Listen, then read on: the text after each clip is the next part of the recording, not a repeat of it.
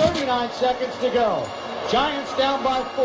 Manning calling signals. Takes the snap. Looks left. Lobs it left. Burress is wide open. Touchdown Giants! Plaxico Burress was wide open. And the Giants are back on top with only 35 seconds remaining. In one of the biggest upsets in NFL history, the Giants have beaten the previously unbeaten Patriots and have won Super Bowl 42. Oh, the good old days. Our next guest made that memorable touchdown catch that gave the Giants a huge upset win over those undefeated Patriots in Super Bowl 42. But before that, he was drafted by the Steelers with the 8th overall pick in 2000. So who better to talk about the G-Men and the Steelers matchup than former NFL wide receiver Plaxico Burress? Plex, thank you so much for joining us. Thanks for having me. How you doing? Do the right thing, Plex. Do the right thing, Plex. What's up, man? What's going on? Plex, Do the right thing, Plex. What's going on, brother? you're going to be the tiebreaker here for us. I hope you know. So, of course, being a former NFL wide receiver, you know all about good pass catchers. Antonio Brown, Odell Beckham facing off Sunday. Who do you think has the edge? Let me just start off by saying this. Max, maybe you can agree with me, Stephen A. Smith. It was a time when you would see guys like Jerry Rice and say that, Jerry Rice is the best receiver I've ever seen. Randy Moss is the greatest athlete wide receiver I've ever seen. His record would never be broken. And then you watch a guy like Calvin Johnson be the fastest wide receiver to ever get 10,000 yards in 115 games. And then you look at Antonio Brown, what he's doing, and Odell Beckham Jr. Odell Beckham Jr. is the fastest wide receiver to 3,500 yards. And Antonio Brown is on his way to being 1,500 yards in 4 straight seasons. And the numbers that these guys are putting up is just simply mind-boggling, having playing the position and knowing how hard it is to do this job. And I just look at the body of work of what these two guys are doing. I just shake my head. But if I'm gonna take one wide receiver right now with the consistency, I'm gonna go with Antonio Brown. I mean, I get that, Plex, based on the numbers in recent years. It's difficult to prove based on that stuff that Odell is better. You mentioned Jerry Rice, then you mentioned Randy Moss, then you mentioned Calvin Johnson, and those eras really are their eras, right? There were a lot of great receivers in those eras, including T.O., including you, including a lot of other receivers, but it was their world, right? My eyeballs tell me, and this includes Julio Jones, who just is mind-blowing when you watch him. I mean, all these receivers, whoever you saw last, that's who you think is best. But my eyeballs tell me that this is going to be the Odell Beckham Jr. era. I think this is the way we're going to remember that era. I think he's just more talented, Plex. I wouldn't say more talented.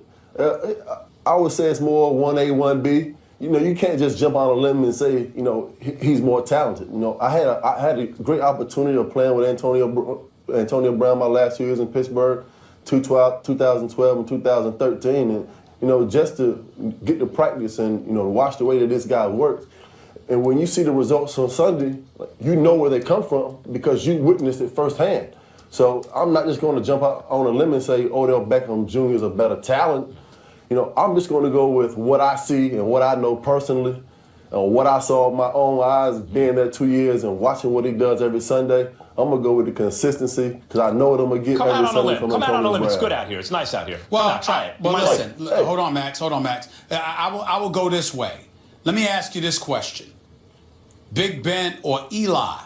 Because obviously somebody's throwing those brothers the football. And you were there, both of them throwing the football to you. We talked about this yesterday, who would we want, et cetera, and why. How do you view both quarterbacks? Just like we're asking you about Antonio and Odell, what about Big Ben and Eli? Well, you guys kind of throwing me on the bus over here. But I'll say this. I'm just asking you a question. Listen, man, when Eli Manning was drafted, there was kind of an expectation level.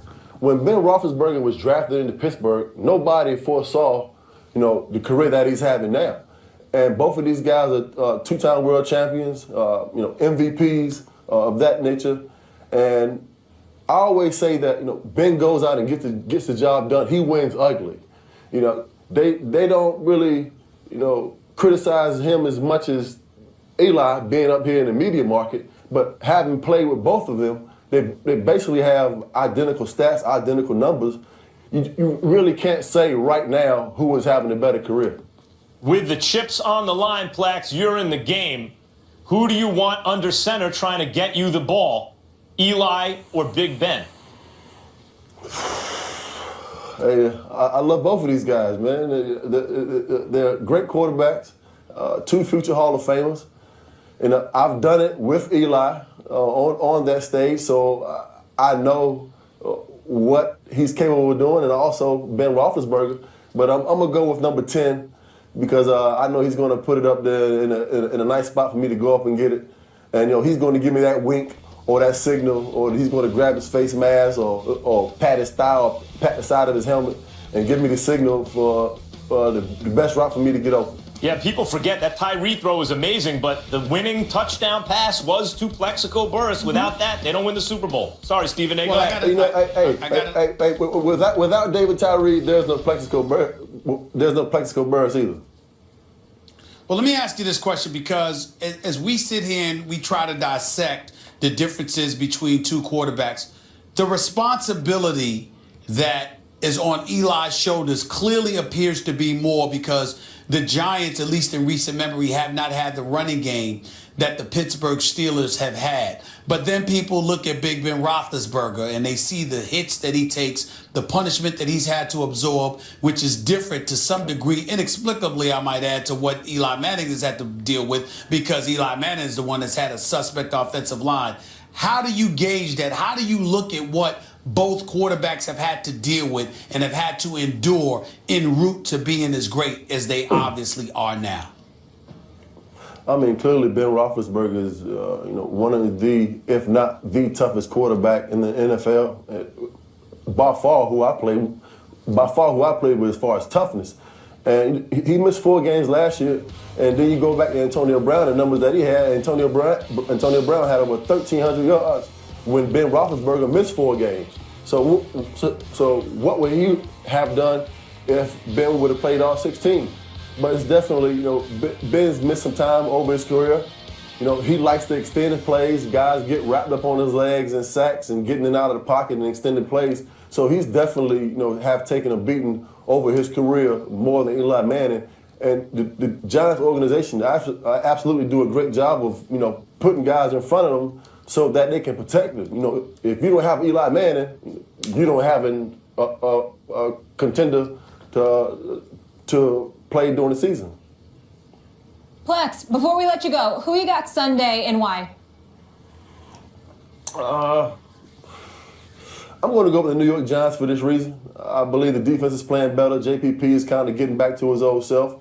Landon Collins is no doubt the MVP of that defense, probably of the team. And with the Dallas Cowboys coming in next week, I think it's a great barometer for the New York Giants to go out and make a statement game. It's not easy to win in Pittsburgh. Pittsburgh knows that they have to get this game also.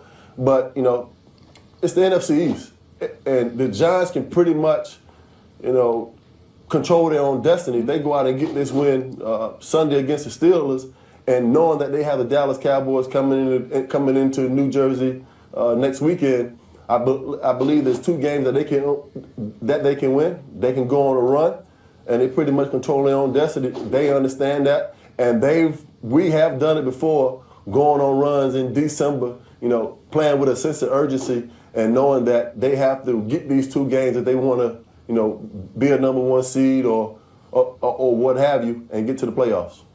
Well, last question. How bad do the Giants want the Cowboys in your estimation? I mean, and I know it's an NFC East rival. I know that they're going to want to beat them based on that alone, plus they're trying to get to the playoffs. But could you give us some insight into how all this noise about the Cowboys this year is possibly affecting the Giants? You know what? I think the Giants like it that way. Nobody's really talking about it. Everybody's talking about America's team. Everybody's talking about the Dallas Cowboys, what Dak Prescott is doing, what Ezekiel Elliott is doing. They got him rated number 1 MVP and Rookie of the Year and all those kind of things. But nobody's talking about the New York Giants, and they're just quietly just flying under the radar, stacking up wins. And these next 2 weeks is going to tell a lot about this football team, and I think they understand that. And probably, behind the scenes, they're sitting back, they love it. They're in a great position to make a run, to beat these two teams in the next couple of weeks, and they wouldn't have it any other way. No question. I like it. Plex, we appreciate you. Thank you so much for joining us this morning. On Sunday, two Super Bowl winning quarterbacks, both drafted in the first round in 2004, Eli Manning and Ben Roethlisberger, go head-to-head in the Steel City on Sunday. The Giants are off to their best start since 2008 at 8-3, second in the NFC East behind Dallas. As for those Steelers, after a 4-1 start, Pittsburgh is 2-4 in their last 6 games and currently out of the playoffs. But they are still tied for first in their division with the Ravens at 6-5. Stephen A., who gets the W at Heinz Field, the G-Men or the Men of Steel? I'm rolling with the Steelers. You know me. I mean, listen, Mike Tomlin and the crew. That's who I'm rolling with. Big Ben Roethlisberger. That's who I'm rolling with. Le'Veon Bell. That's who I'm rolling with. Antonio Brown and Wheaton and the crew. That's who I'm rolling with. Not so much the secondary, of course, because I'm very, very concerned. I mean, the bottom line is, I look at the secondary, there's an entirely different ballgame altogether. Odell Beckham Jr. is going to scare the hell out of me. Eli Manning to Odell Beckham Jr. is going to scare the hell out of me. We saw what Ezekiel Elliott did with his speed against the Steelers. What the hell is Odell Beckham Jr. going to do? I mean, my Lord, I'm scared. I'm very, very scared. No doubt about it, okay? But I'm going to roll with the Steelers because it's in Pittsburgh. I don't believe that the Giants' defense is going to respond in kind to the offensive onslaught that I anticipate and expect to be delivered this Sunday starting at 4:25 Eastern Time. I'm going to roll with the Steelers to win this game because of all the aforementioned reasons, but not the secondary. Look, your team is the Steelers, mine is the Giants. If the Giants didn't exist, my team would be the Steelers, and same thing for you. If the Steelers didn't exist, your team would be the Giants. So we're talking about two teams we like here. And I am a Giants fan first and foremost, obviously, right? And yet, that's not the reason I think they're going to win, I don't think. I think the Giants are going to win because they're better than the Steelers. I think the Giants are going to win because people have overestimated the Steelers since the preseason. There were a lot of people's Super Bowl picks. A lot of people's picks to either get out of the AFC or push the Broncos or the Pats. How do you know this? How do I know people picked that? Like the Steelers preseason? How do you know this? How do you know this? I don't understand. How do you know this? Go ahead. Go ahead. I mean, this is the reality. And I know why, too, because last year you looked at that Steelers team and you said, man, if they can stay healthy, they could have the greatest offense of all time. When everyone was lauding the Pats, I and others, we're looking at the Steelers going, with that O-line, Roethlisberger, you mentioned everybody, Le'Veon Bell. Not only that, Martellus Bennett hadn't been suspended. You're going, and it never really quite worked out for them. So then going into this year, people are like, okay, now they're healthy. Now this will be the year it all works out, and they'll do these amazing things. No, it hasn't worked out that way. Bennett was suspended in the preseason, gone for the year, and they haven't quite had the season, especially on the offensive line, that they thought they were going to have. And the defense, hey, if they could just be bend and don't break. Boy, if that's not broke, it's bending a whole lot. You look at the Giants, on the other hand, the offensive line is a problem. That's really the problem with the team. They spent all that money, however, they spent all that money on the defense, and it's paid dividends. They're winning the close games they lost last year. The front four has been good from the beginning. The corners have been really good from the beginning. The problem with the Giants earlier in the season is the middle of the defense was soft. The linebackers and the safeties. The linebackers have been playing better, and the safeties, especially Landon Collins, have been a revelation for the Giants. Suddenly you look at that defense and you go, they're coming together at the right time. Meantime, Shepard has been as good as advertised as a rookie. Don't forget they're coming off a win against a bad team in which Shepard wasn't targeted once. That ain't going to happen again. So how are those guys going to stop not only Odell, but Shepard and Eli and an incrementally improving offensive line when they're going up against a good defense? I just think the Giants are better than the Steelers, and I think they win this game. Well, you can feel that way. Clearly, your emotions have something to do with it, regardless of how well you try to disguise it. In the end, what this comes down to is you believe in Eli Manning because you love yourself some Odell Beckham Jr. But let me tell you something right now. I love Odell, but I love Antonio Brown. And I think Big Ben Roethlisberger to Antonio Brown in Pittsburgh being 6-5, not having already virtually conceded their division to somebody else the way I believe the Giants probably have conceded the division division to the Dallas Cowboys. They just I believe that. I believe that the Giants ultimately have conceded the division to the. I said it. I didn't stutter. They beat the Cowboys week 13. Yeah. They're one game behind, and they got the tiebreaker.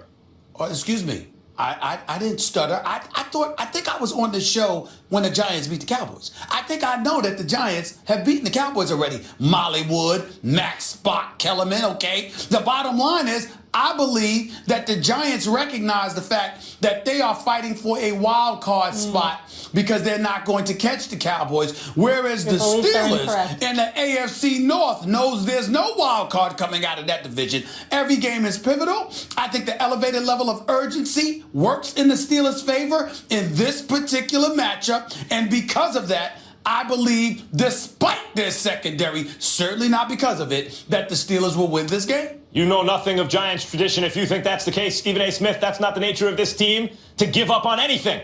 Why, if they would have given up, they never would have beaten the Patriots twice in the Super Bowl. I have factual evidence that you are. I have factual evidence that you are lying to the American people. The New York Giants gave up on a running game years ago.